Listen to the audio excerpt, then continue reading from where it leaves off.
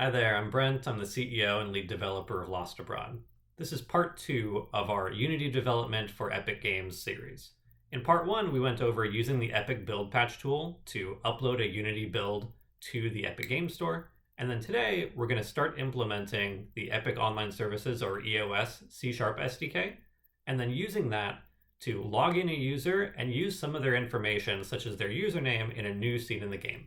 Let's get started. All right, so start off in your Epic Dev portal, go into your game, go into product settings, and go to SDK and release notes.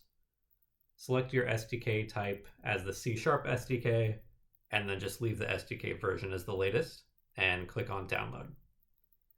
Once it's downloaded, go into your Unity project, go into the assets folder, and then drag in the SDK folder from the zip that you just downloaded. Let that load in. Once it's in, you may get these DLL errors that arise from in the SDK folder. In bin, there are multiple Windows architectures for 64 and 86.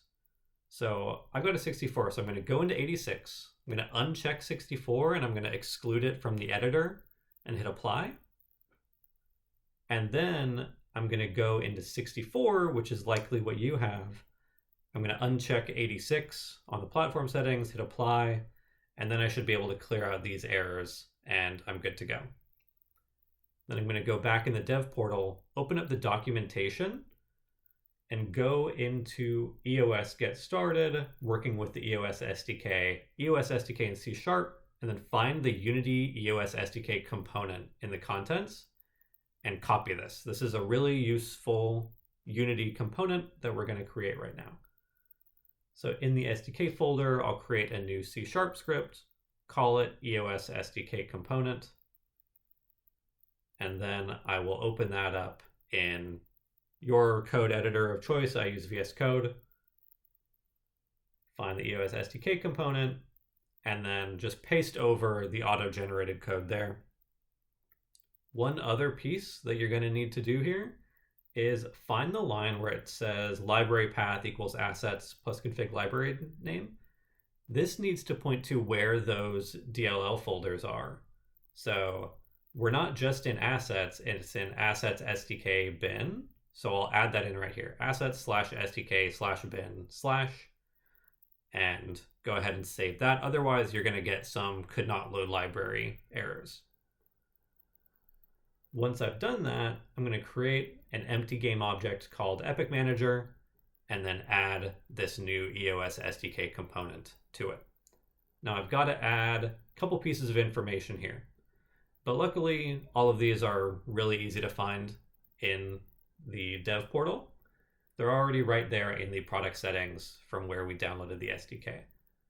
So we've got our product ID, we've got our clients, and then for the sandbox and deployments, I recommend just using the dev sandbox and the dev deployment to test, and then you can switch to live when you're actually ready to build a release version of the game. So go ahead, load all of those into your EOS SDK component, and then before you play, go into the console and just search for login succeeded, because the EOS SDK creates a ton of debug lines and you're not going to be able to read anything when you actually play it. Now, I'm actually going to uncheck it because I have another EOS SDK component on this scene with my real product IDs and other IDs. You'll obviously leave it checked. Once I hit play, the screen will dim and then the Epic login screen will come up. You can go ahead, log in with your Epic account, and then once you've logged in, you're going to see this screen asking you to allow some permissions. Once you click on allow, boom, you get your login succeeded message. Now, this is step one, right? We've logged in. Now, let's do something with it. In my project, I've already set up a second scene. Make sure you save this before you move on. Called a logged in scene. For you, this is probably going to be your main menu. In my case, it just says you logged in, welcome, to prove that something has changed. So in order to move from one scene to another, let's go back into our EOS SDK script, add in Unity Engine Scene Management, then scroll down a bit, find where you had the login succeeded message. And instead of taking this recommendation and just immediately loading another scene, I'm actually going to call a new function called onLoginSuccessful, and I'm going to give it the login callback info in case I need it later. And then go ahead and create that. I want to call don't destroy on load on this so that I don't lose my EOS SDK component after logging in. And then I'll just use my scene manager to load that logged in scene. Before I press play, I want to go into the build settings, make sure that both of my scenes are in the build settings because otherwise scene manager won't work. Hit play and then let it load. One thing that might happen if you've already logged in once, and it's kind of wonky, but it doesn't always happen, is it'll just latch onto your browser that's already logged in and just have you give this allow prompt there.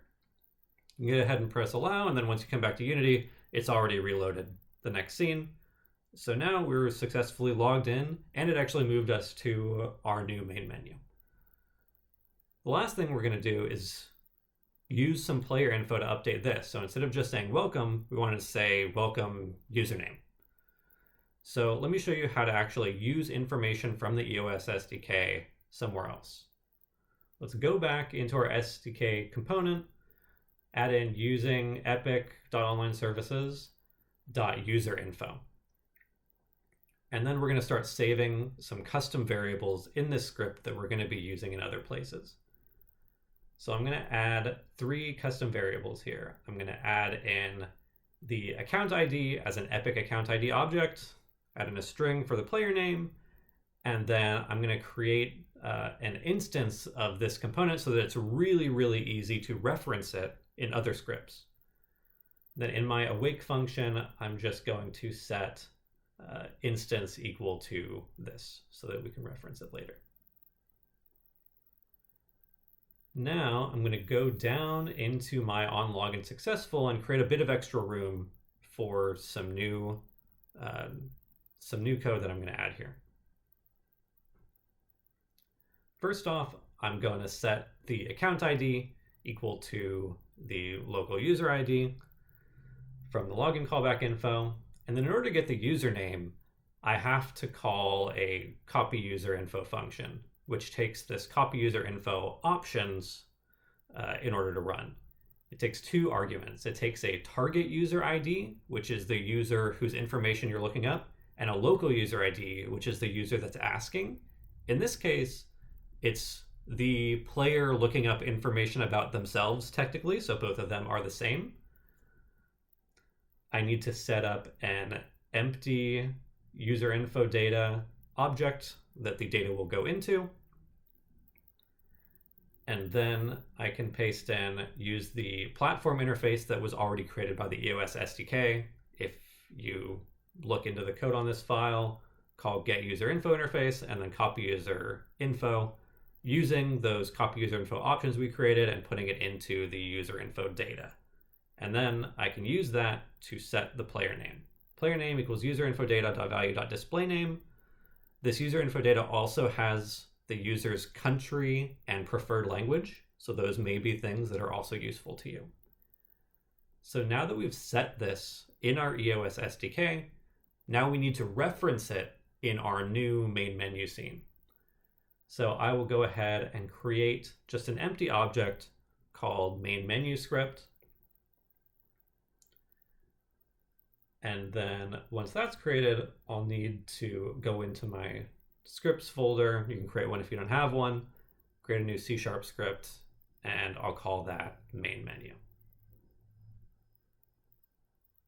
Once that's created, I want to make sure that I add that script as a component to my actual game object, otherwise it won't be running when you get to the screen.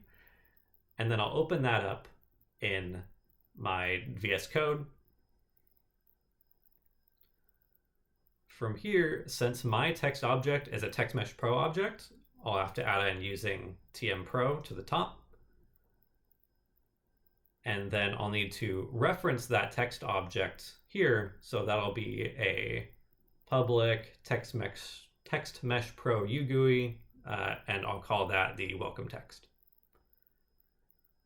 Finally, and this part is actually very simple, in the start function, I will set that welcome text.text equal to exactly what I want it to be.